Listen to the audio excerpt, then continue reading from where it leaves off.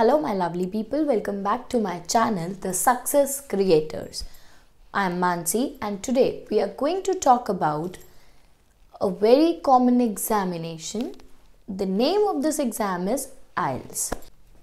आज हम बात करने वाले हैं IELTS एग्ज़ाम के बारे में और उसके इंट्रोडक्शन के बारे में। ये एग्ज़ाम क्या होता है, कैसे इसकी स्कोरिंग होती है, इसका रिज़ल्ट कब आता है, हमें कौन कौन सी कंट्रीज़ में मूव करने के लिए एग्ज़ाम की ज़रूरत है या हमें कौन सा एग्ज़ाम किस तरीके से देना चाहिए। तो लेट्स बिगिन दिस। सबसे पहले समझ लेते हैं IELTS एक्चुअल में है क्या। So it stands for international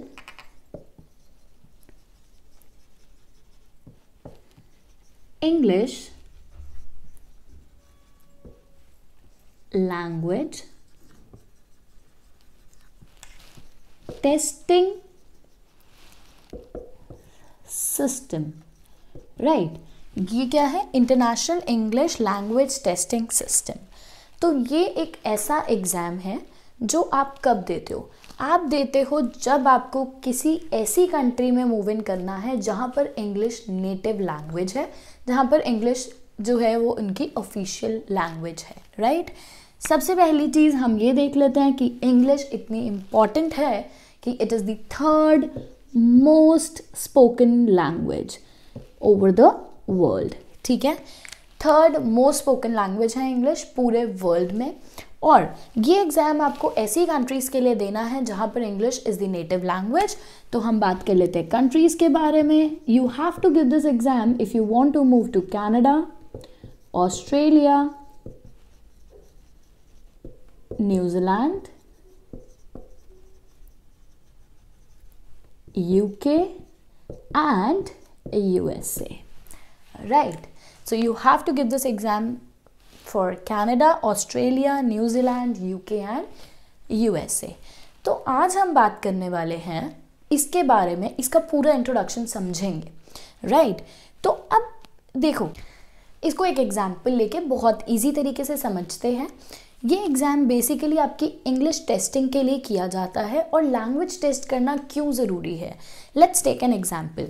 अगर हम इंडिया की बात करें और हम पंजाब में या कहीं ऐसी जगह पे रहते हैं जहाँ पर पंजाबी या हिंदी जो है वो बेसिक लैंग्वेज है और जल्दी ज़्यादातर यूज़ होती है। अगर वहाँ से आपको तमिलनाडु मूव कर दिया जाए, ठीक है, तो आप खुद सोचो कि आप अगर तमिल किसी काम के लिए गए हो, स्टडी के लिए गए हो, घूमने के लिए गए हो, किसी भी रीज़न से गए हो, लेकिन अगर आपको वहाँ की लैंग्वेज ही नहीं आती होगी, if you do not know Tamil, तब क्या? तब हम कनेक्ट नहीं कर पाएंगे लोगों से, तब हम समझ नहीं पाएंगे। अगर हम पढ़ रहे हैं तो हम अपने लेक्चर्स नहीं समझ पाएंगे, अपने लेसन्स अपने साथ वालों के साथ कनेक्ट नहीं कर पाएंगे, कोई हमारा सर्कल नहीं बन पाएगा, तो हम वहाँ सर्वाइव ही नहीं कर सकते इन शॉर्ट। राइट, तो इसीलिए इंग्लिश टेस्ट करना बहुत ज़रूरी है अगर आप ऐसी कंट्रीज़ में जा रहे हो जहाँ पर इंग्लिश मोस्ट स्पोकन लैंग्वेज है। राइट, तो अब ये टेस्टिंग कैसे होती है? अगर हम कोई भी लैंग्वेज को सीखते हैं या हम बोलते हैं कि हमें कोई लैंग्वेज आती है, इसका मतलब हम वो लैंग्वेज सुन के समझ भी सकते हैं, वो लैंग्वेज हमें पढ़नी भी आती है, वो लैंग्वेज हमें लिखनी भी आती है और उसमें बोलना भी आता है। Right, so this consist of all your 4 modules जो आपके चेक किए जाएंगे during your IELTS examination. The very first one is listening. सबसे पहले listening test हो गया, उसके बाद reading, writing and then your speaking. Listening, reading, writing and speaking. अगर हम बात कर लेते हैं चारों मॉड्यूल्स की, तो ये वाले जो 3 मॉड्यूल्स होते हैं ये सेम डे होते हैं आपके योर एग्जामिनेशन में। सेम पैटर्न रहता है, लिसनिंग, फिर रीडिंग, फिर राइटिंग। एंड जो स्पीकिंग वाला पार्ट होता है ये विद इन 1 वीक होता है। Can be 2-4 days before your written exam या 2-4 दिन बाद भी हो सकता है आपके रिटन एग्जाम के।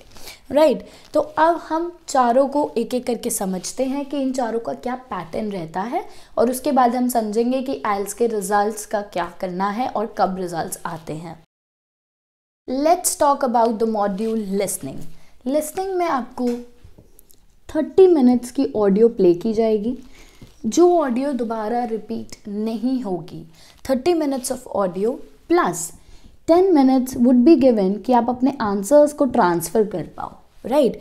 आंसर्स को ट्रांसफ़र करने का मतलब क्या है, जो ये 30 मिनट्स हैं इसमें आपको अपने आंसर्स क्वेश्चन शीट पे ही लिखने हैं, क्वेश्चन जो पेपर होता है आपका with in the question paper, right. और जो आपके 10 मिनट्स हैं ये आपको आंसर शीट में लिखने के लिए मिलते हैं ताकि आप अपने आंसर्स को आंसर शीट में लिख पाओ। So you are given 10 minutes extra for this. अगर हम इनमें बात करें तो देयर आर 40 क्वेश्चंस, ठीक है। जो आप सुन रहे हो उसी के बेसिस पे 40 क्वेश्चंस होते हैं which is divided into 4 sections. 4 sections में लिसनिंग को डिवाइड किया जाता है which consist of 40 questions, you have to answer them, ठीक है। उसके बाद अगर हम बात करते हैं रीडिंग की,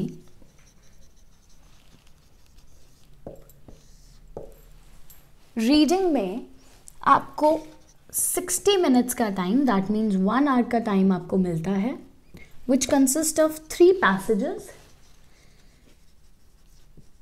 और 3 passages में से आपको 40 questions दिए जाते हैं which you have to solve, right? 40 questions for reading, 40 questions for listening, 3 passages for reading, okay? But जो इसमें ध्यान रखने वाली बात है वो क्या, इसमें आपको 10 मिनट्स एक्स्ट्रा मिले थे to write your answers.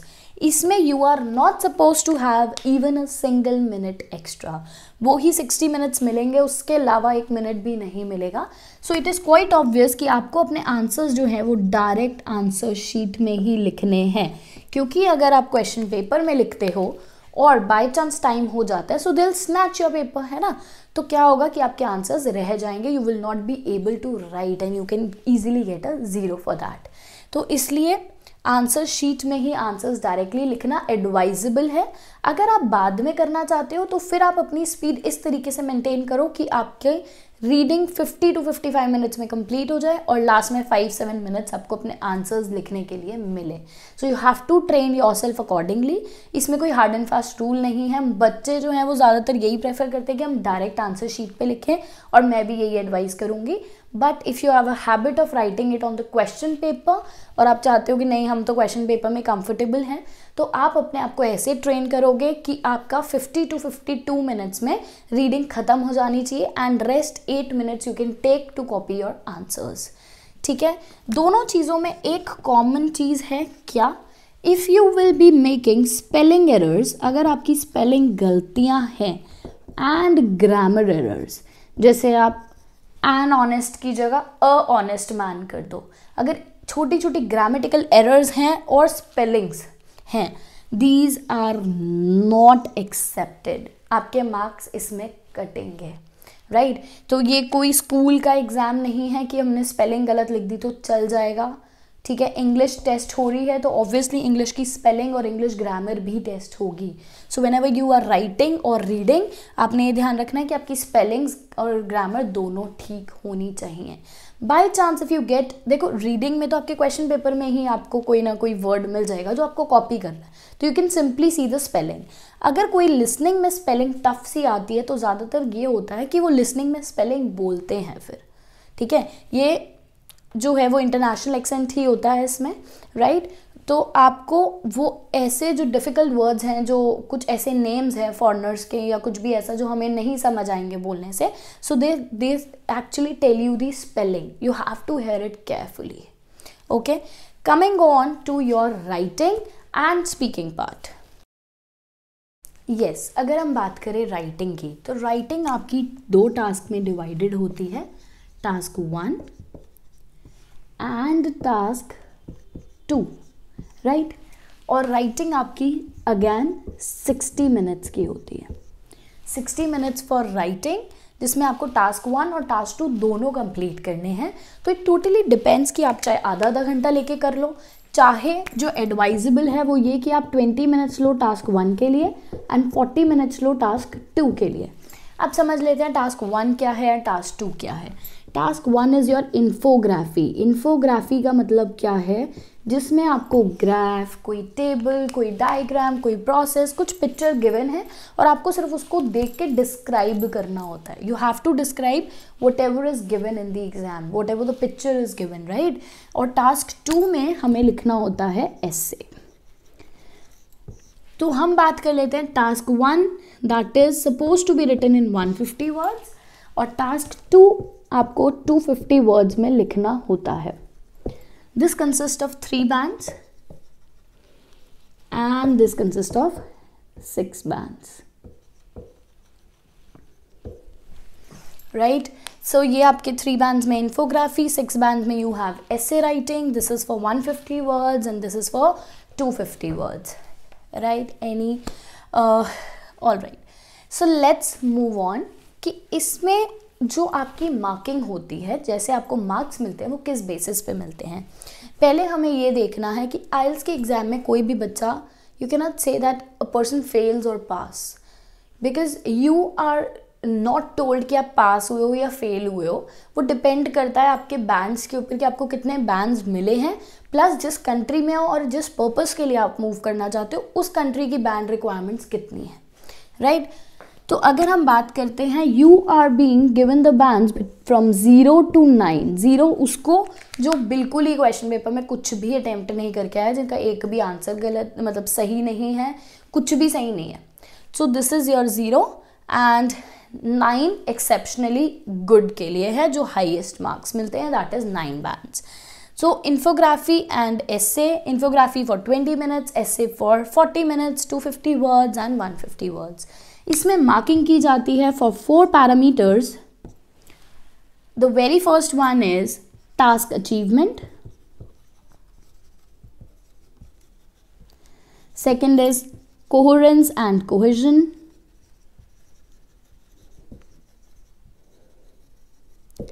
the third one is lexical resource, and the fourth one is grammatical errors, grammatical range and accuracy. Right? Grammatical range and accuracy. So these are the 4 parameters जिस पे आपको marking की जाती है. Task achievement, coherence and cohesion, lexical resource, grammatical range and accuracy. Task 1 में भी इन चारों पे दी जाती है, टास्क 2 पे भी इन्हीं चारों पैरामीटर्स के अकॉर्डिंग आपको मार्क्स मिलते हैं. अब क्वेश्चन उठता है what is task achievement, coherence and cohesion, lexical resource, grammatical range and error. आपको इन्हें डिटेल में समझना है तो आपको रेफर करनी पड़ेंगी मेरी introductory videos for listening, reading, writing and speaking, जिसमें डिटेल में एक एक मॉड्यूल को एक्सप्लेन किया गया है with each and every parameter कि इस पैरामीटर में क्या होता है, कितने बैंड्स किस पैरामीटर के अकॉर्डिंग आपको मिलते हैं. ये सब आपको मेरी वीडियोस में मिल जाएगा.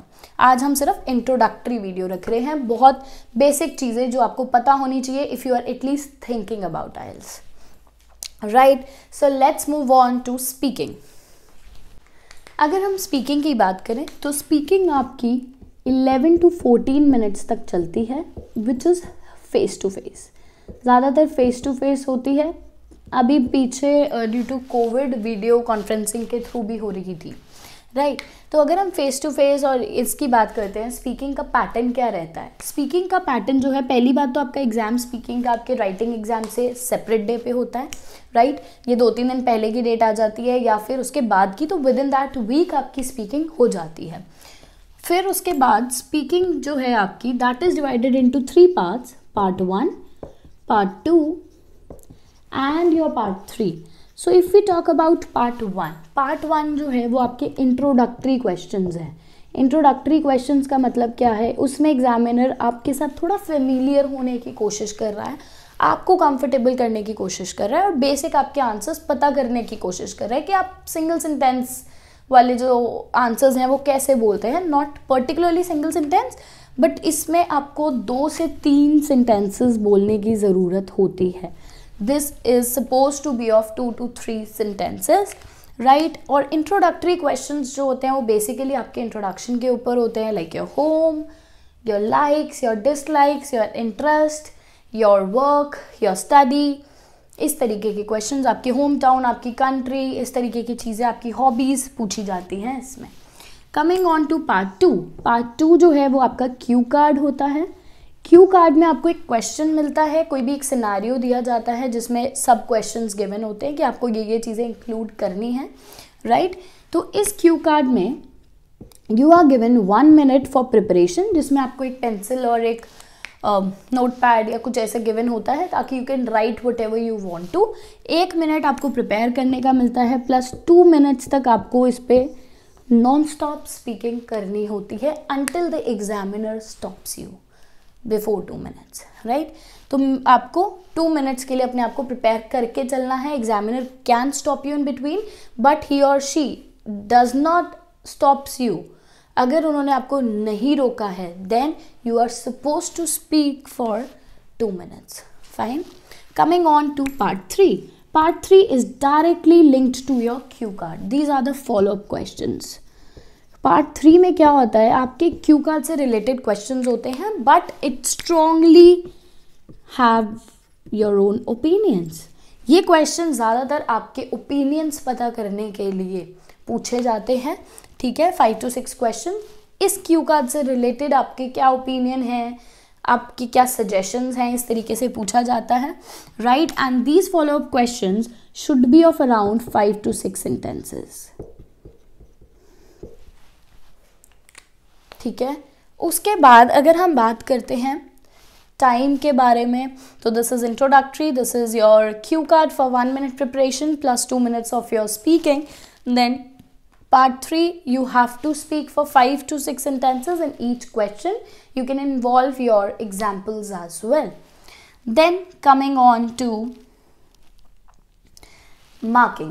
इसके जो पैरामीटर्स हैं मार्किंग के, वो क्या क्या हैं? इसके पैरामीटर्स जो हैं, that is your fluency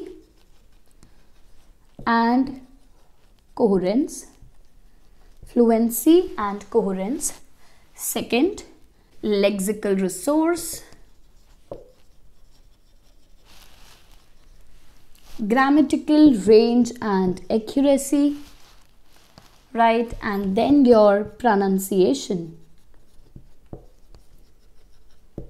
So these are the 4 parameters जिस पे आपको जज किया जाता है, fluency and coherence, lexical resource, grammatical range and accuracy, and then your pronunciation.